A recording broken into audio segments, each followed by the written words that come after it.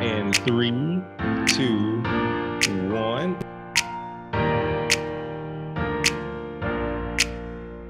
And welcome into This Life Matters. I am one of your hosts, Andrew Morgan. Right alongside the host you came to see, the host with the most is Gigi. How you doing today, Gigi? You keep saying that, and I don't know if I think that's true or not. I'm doing well today. Just hot here in Tulsa, Oklahoma. No, we had some days that were record setting. We got up to 115, felt like 120 outside. We just went to the beach. That's how we dealt with it. We just went to the beach. I know that's not an option in Oklahoma, but I just wanted to say that it was 20 or 30 degrees less at the beach. I wondered if you guys had gone out there. I knew last time we met, you said that's what you were doing. So I'm glad you got to go. Yeah. And what else is going on with you today? I think I'm approaching this space of about 40 days until I turn 40, somewhere around in there. And I think I am really just getting to a point of acceptance. Not that I'm one of those people who like fear getting older, but I'm just at this point of just like getting prepared for this milestone, I guess. And so that's one of the main topics that's kind of going on with us. But I went to Kansas City for my mother's, which is today, as the day we're recording, is her 66th birthday. Happy birthday, Mama. Yeah. And so we went to, I went to be with her because she had a pacemaker put in a few weeks ago, which was a really big step for her because she was one of the people that I've always heard tell me, oh, I'm not getting that. I'm not going to do it. And then she just one day said, all right, I'll get it. And just kind of overcame any anxiety that she had, and she did it. And she's already trying to be back up and at it to some degree. And so apparently it's doing its job. Yeah. So that's probably going to really help extend her life with the cardiomyopathy and everything that she goes through with her heart. And so that's kind of the most, like kind of some of the things that's been going on amongst other things with me. What about you on your end? What how are things with you? Good. I've been playing some golf and kind of getting ready for the rest of the summer. All my family's going to converge here in Tulsa the first 2 weeks of August, some for the whole 2 weeks and some for a few days. And we've got some things planned. Well, I will say, if you've listened to This Life Matters for all these years, I've talked a lot on and off about the death of my son. And, we still have his ashes. And it's been quite a while. There's just never been any time that we thought this is what we want to do.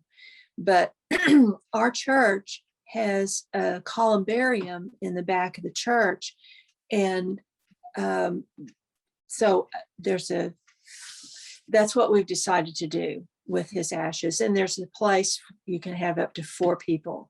And so I'm planning with our pastor. There's a committal kind of a ceremony and some things. So today I've been doing some arranging for that. And so it's been, I've had some tears today, but I always have something on my calendar actually to look forward to. And I am looking forward to that in a weird way, but mainly I'm looking forward to it's been a long time since our entire family has been all together at one time. And so I'm really looking forward to that. I think that's one of the things that is so odd as my children are getting older, that I'm realizing that they're in different locations, different places, living their lives totally separate from me. And as they unplug, it's kind of like, wow, they really are unplugging from like, like I hear of my children taking trips and being on vacations, and it's like, whoa, no one put that, no one had to ask me, could they make a cross country trip or not? And so, I look forward to thinking about, I understand a little bit more the value of what you're excited about right now, because I had no idea before. Now, and I think about, oh yeah, like I wonder what the next holiday could be where all of my children can be together in the same room at the same time. My mother, when she got out of surgery, she heard all of us kind of on the phone, but she didn't really realize that I was physically there. And so for her to see all of her children physically kind of, in the same space at the same time was like almost like a thing of like, wow. And I'll never, like I said, now I'm starting to understand the value a little bit. But yeah, it's amazing. I hope you have a great time with that. And that's really big news with, with your son and everything. I've always told people you're one of the best examples that I've run across of being real about what I didn't know what grieving was and how to do it in a healthy way. And meaning like doing it your way until you taught me you do it the best way you can do it. Because a lot of people will give you bad advice and tell you this, that, another. And you have taught me down through the years the healthy way to do, at least in my opinion. I will fight to say you're doing it in a way that that I'm like, okay, because you've always been real about telling us you're doing it one day at a time. There are tears some days there's not where you would expect it to be, but you're doing it. So I am excited about that. I hope that ceremony goes well. That is a big thing for a family. So, well, It is. It yeah. is. There's all of these, what we're talking about too, are something we have talked about before, but are these transitions in our lives. It seems like there's always these transitions that come up, and we need to be able to navigate through those. There's going to be hiccups that we have to navigate, that are transitions, and there can be things that are positive transitions and things that don't feel so good sometimes too. And sometimes there's things that are absolutely devastating. So how we maneuver and manage those in our lives, it's important. Those are important things. And it seems like we always have these transitions. Yeah, and I think, for me, I'm in this stage of my transition of just acceptance of what it's going to be. Not that I was necessarily like wanting to cling to a lot of different things, but needing guidance and understanding.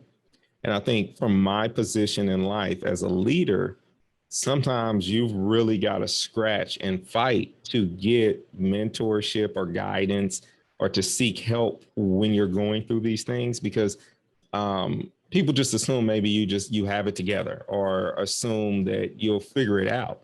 And for me, I had to have a talk with a few of the elders in my life, some individuals that I was blessed to be able to just tap into that, sometimes a light bulb goes off and says, oh, you have access to someone or to people who've been through these phases.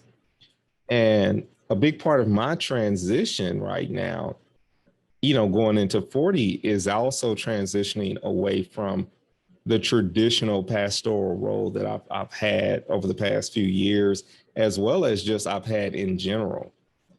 And I find myself, and maybe we can dissect this and get into it a little bit deeper in this episode. I'm not sure if we have enough time for it, but I find myself in this phase of my life feeling more naked than I ever have before. I feel as though like I'm becoming, and I'm going to put it in spiritual terms also, as well as just, talking through it naturally.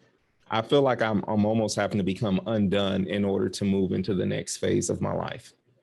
Like and if I don't become completely undone and take off of some of the things that I've had, on display before, then I won't be ready to accept the fullness of joy and the fullness of life that's in front of me. Meaning I'm going to have to cry a little bit, mourn a little bit, do a little bit more, being real about, and not compartmentalizing my pains about past situations. But even deeper than that, really dealing with, taking this milestone age that I'm kind of approaching and really saying, let me deal with some stuff that when I was in church, like churchiness wouldn't let me deal with, religion wouldn't let me deal with. But God has been like, let's deal with this. So let me deal with some things, and then let me deal with this fear of success that I have sometimes. Like let's put these things on the table. And I think so when I say I'm in this acceptance stage, I'm accepting that this is going to happen. It's scary as heck, but I'm going to deal with it because I'm tired of being scared of, something that's inevitable. Like if I'm going to enjoy my life, if I'm going to make it to the next level, I have to sit down and have some hard, moments. I'm going to have some moments of, in order to heal, I'm going to have to go through the hurt. Just, I'm going to have to acknowledge it. And so that's kind of where I'm at. And I know that sounds very vague without getting into a whole lot of actual details, but do you kind of understand what I'm saying here when I'm talking about that? Yeah.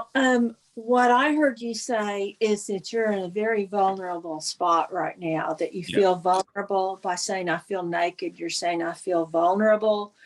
And, part of the decision when we make a transition, when we have that, whatever that little thing is that comes into our thought, that comes in that says something about what's next, there's that part of you, the tears and all of that, that's about letting go, and letting go of some ideas maybe, or some roles, or some thoughts, some positions, some things we've already accomplished, but it's that season is over for us.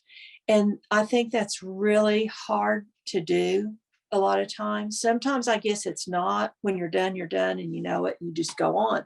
But if it's something that you've invested time and energy and money in, and things that people think, it's part of their dream, or they're very invested, then we have to let go of some of that. And I think that is very hard to do sometimes.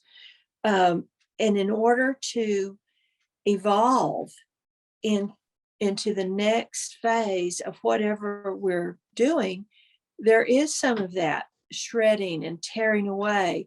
And anytime we are doing that, that is painful in a lot of ways to do. And we have to let go of some things that we once thought were true, or that we would be doing, those ideas. So that can be very painful too. There's something, and it's a little bit off the cuff, with this, that's been a coping thing for me. Like I've set up boundaries in a way of like saying, I've set up little reminders of joy around me that remind me of where I'm going. Because I have these moments of of being so scared of where I'm going that it's like, hold on, I need to attach joy to where I'm going so that I can enjoy it when I'm getting there, as I'm going there. So here's a weird one, and it's a small one.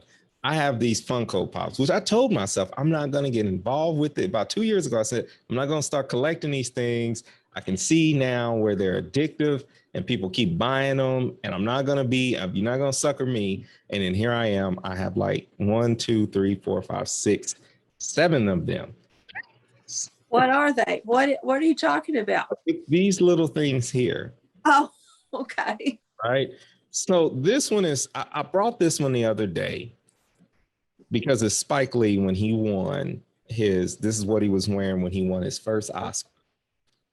And I put it here as a way of just reminding me of the joy that's to come, like, and to stay and to persevere, because like, here's a person that, whether you like his films or not, had been at this and begged, borrowed, and did everything he could to make movies and to get his dreams out, and never really got recognition until years later. We're talking, 30, 40 years later, he finally gets he finally gets this Oscar for something you wouldn't even think he would have gotten an Oscar for when you look back at previous works, and so um that's like a piece of inspiration right there, like that I keep right there just to say every morning when I get up and I start writing, like I'm working on a couple different scripts, and it's just like, well, let me write out these screenplays. Let me do what I'm doing, because I don't know what the future may hold, but I know I'm going to enjoy this. And that little spark of joy is just right there to just tell me, enjoy this future, enjoy this life, and it will pan out the way that it needs to. And I don't need to carry my worries and stress, because the last dream I accomplished, it was packed with a lot of joy, but it didn't end the way that I wanted it to. It didn't have a storybook ending. And I remember hearing a saying, and I said it on This Life Matters a while back, and I always fumble my way through this saying. It isn't like a life saying for me, but it came to me right at the right time, that it was like, everything good comes to an end. And, at some point, a real simple saying, like, everything good comes to an end, you know, and it was, I applied that thought of like, well, if it's that, it never comes to an end good though. Like, everything good comes to an end, but it never comes to a good ending, because if something is really, like, I start thinking about, if something's really, really great, we never end it.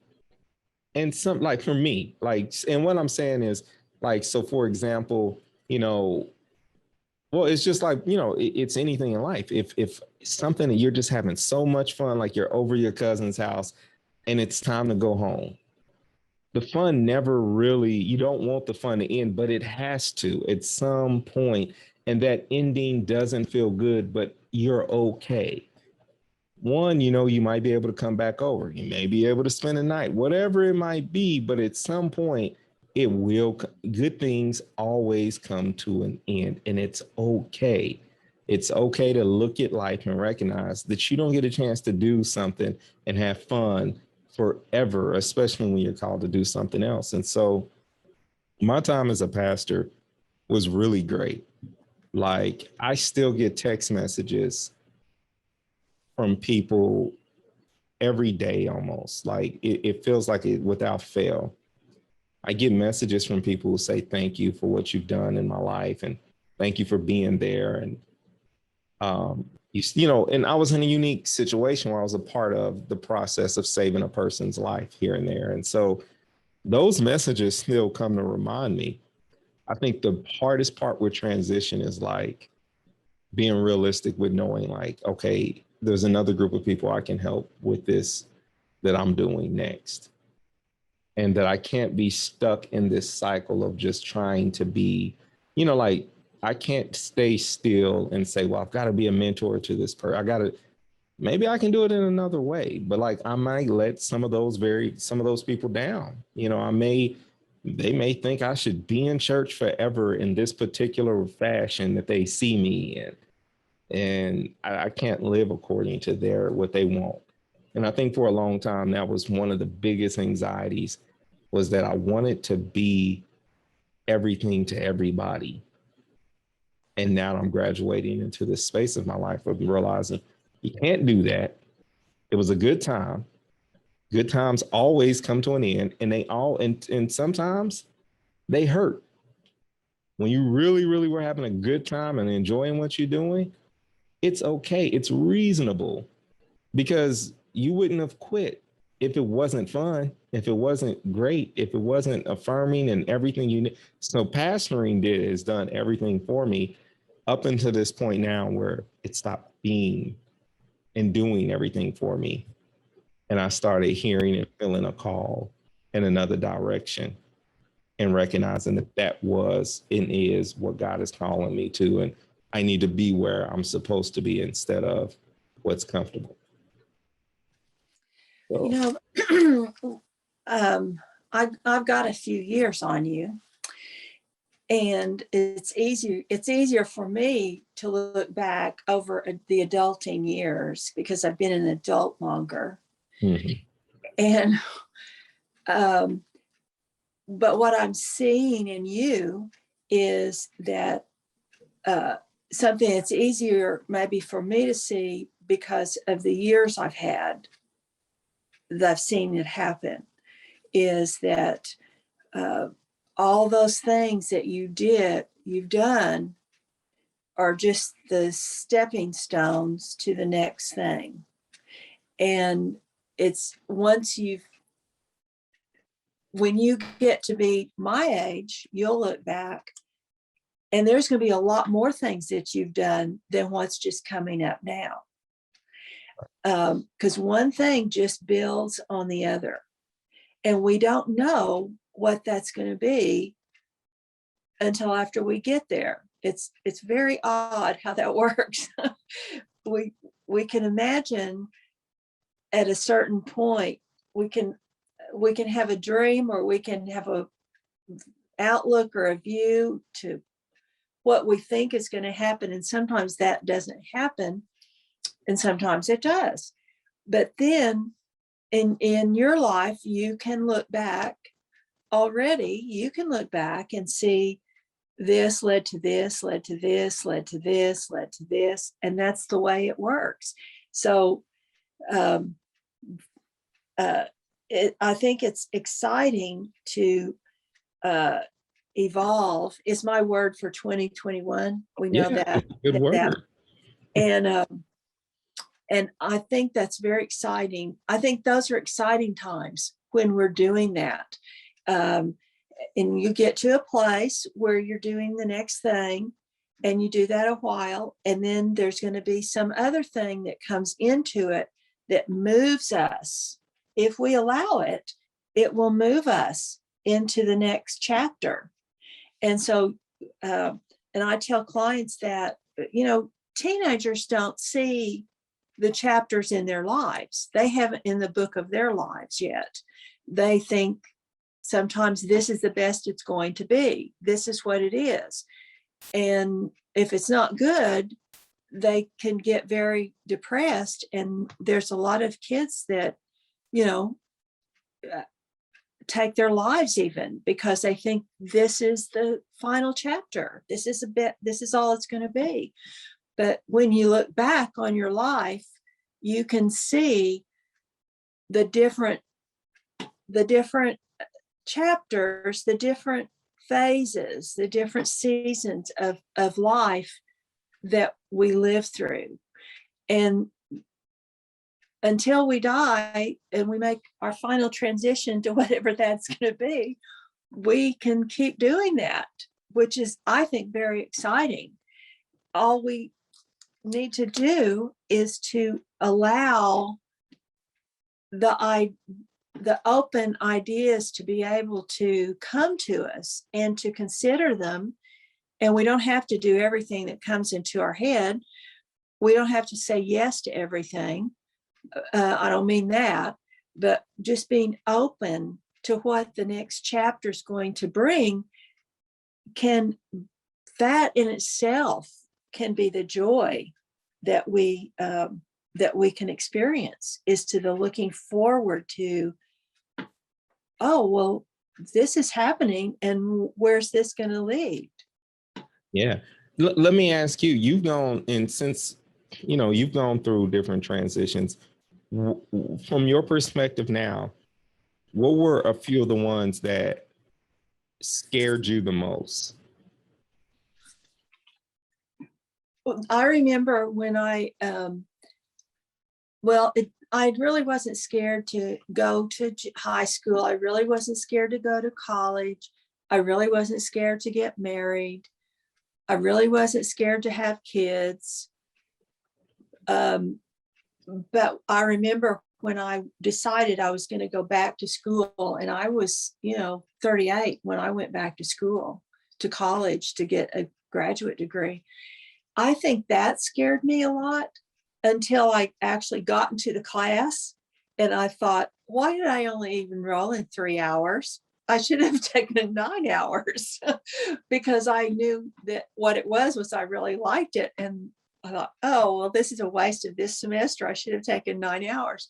But before that, I was really apprehensive about doing that, So that was one of the major times. Then, we built an addition on our house when my parents were older, and they were older when I was born. Older.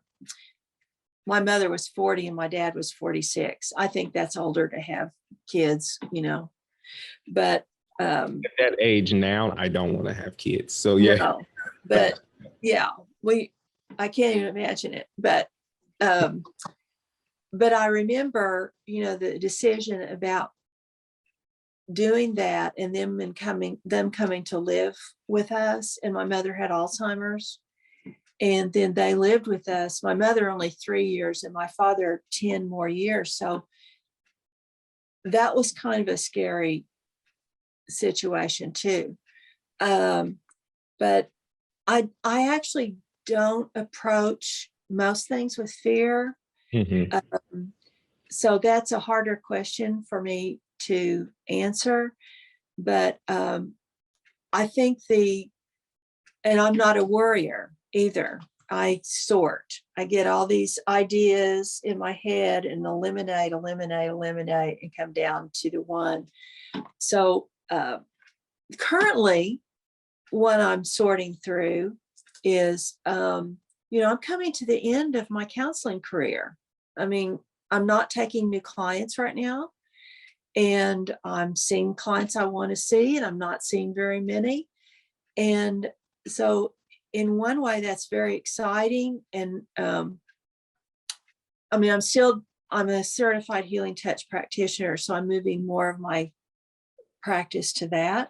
And that's been added to the pastoral care ministry at our church, which is very exciting. So I guess I look at things more exciting than I do fearful. Mm-hmm. Yeah. Well, what's funny is for me, the fear only everything in life that you named, like some of those things that you named, I didn't have fear about. Getting married, having children. I think once I got to a space where I felt like there was something to lose, became a sense of fear. And, so like when you're saying like around the same age at 38, you're starting to realize, oh, it's not, for me, I realized it's time to transition. But I think I stayed in like this arrested spot just because it was just like, it's too much to lose, and I think that's what the fear was about. Like putting a title on it was like, well, if this doesn't go wrong, what effect does it have on my children? What effect does it have on my marriage? What effect does it have on my household, my finances?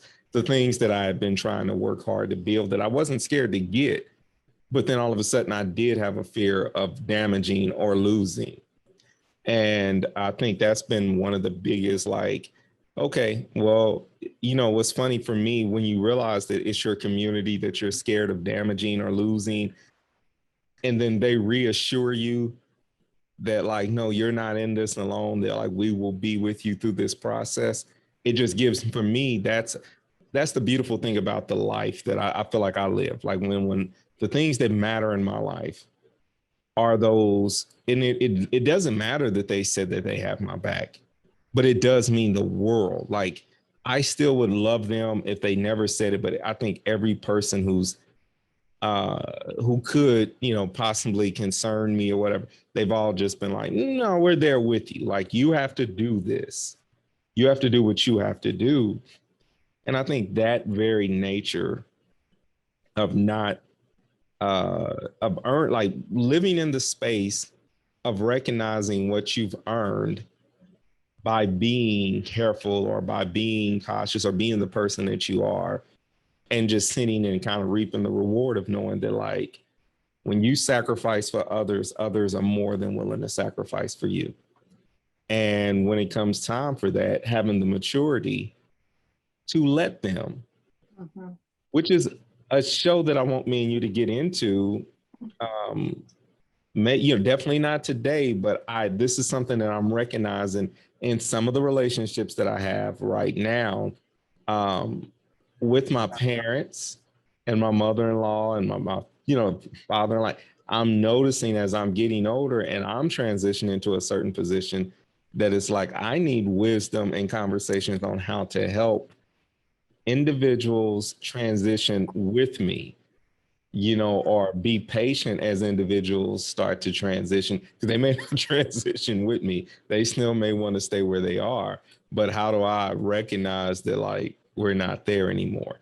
Like the concept of you building an extra wing is amazing to me, but probably one of the most fearful things I could think about doing at this very moment, just because I'm like I said, as I'm approaching that space of life that is like, whoa, but that's a conversation for another show, for another day. Yeah. Um, just a whole different conversation. But yeah, I think one of the reasons why I wanted us to share, our public private conversations, as I would like to put them, is just that, people, we talked earlier in the year when it was more prevalent about cultural competency. And now we've made a more natural kind of transition into conversations about transition. And I think that's because we're going with the heartbeat of what matters with this show is what matters with us.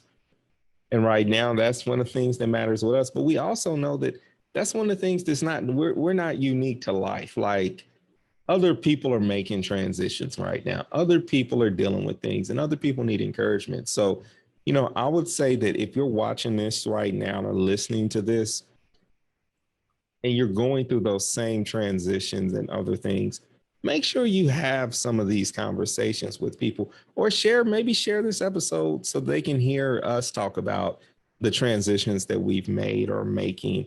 It is okay to to move forward and be all right moving forward with courage. It's all right to move forward scared, but you're still moving forward. Like, it's all right to do that. And I think that that's what we want to really, that's the message I know that we want to convey to the listeners, that, like, don't suffocate your dreams. Like, it's life, it's what's going to give you air. It's what's going to, like, let you feel like you can breathe. And I heard someone say, like, not pursuing their dreams was like suffocating their humanity. And I was just like, wow, like, it may seem extreme to some, but I was like, I actually finally got to a space in my life now where I understand what that meant. Before, I judged what the person said, like, wow, that's a bit extreme. But now I know what it feels like to not, if someone was to tell me, you cannot get up and pursue your dream every day, Andrew, then what am I doing? And the end result would be depression. If I had to, and it's not, some people's dream is to be in a cubicle. So don't get me wrong when I say this, but if someone was to tell me, like, hey, you've got to go get behind that hot box again. You remember so me and you've been together. This is like our anniversary time, right? So you remember, I started off behind the hot box, painting over graffiti.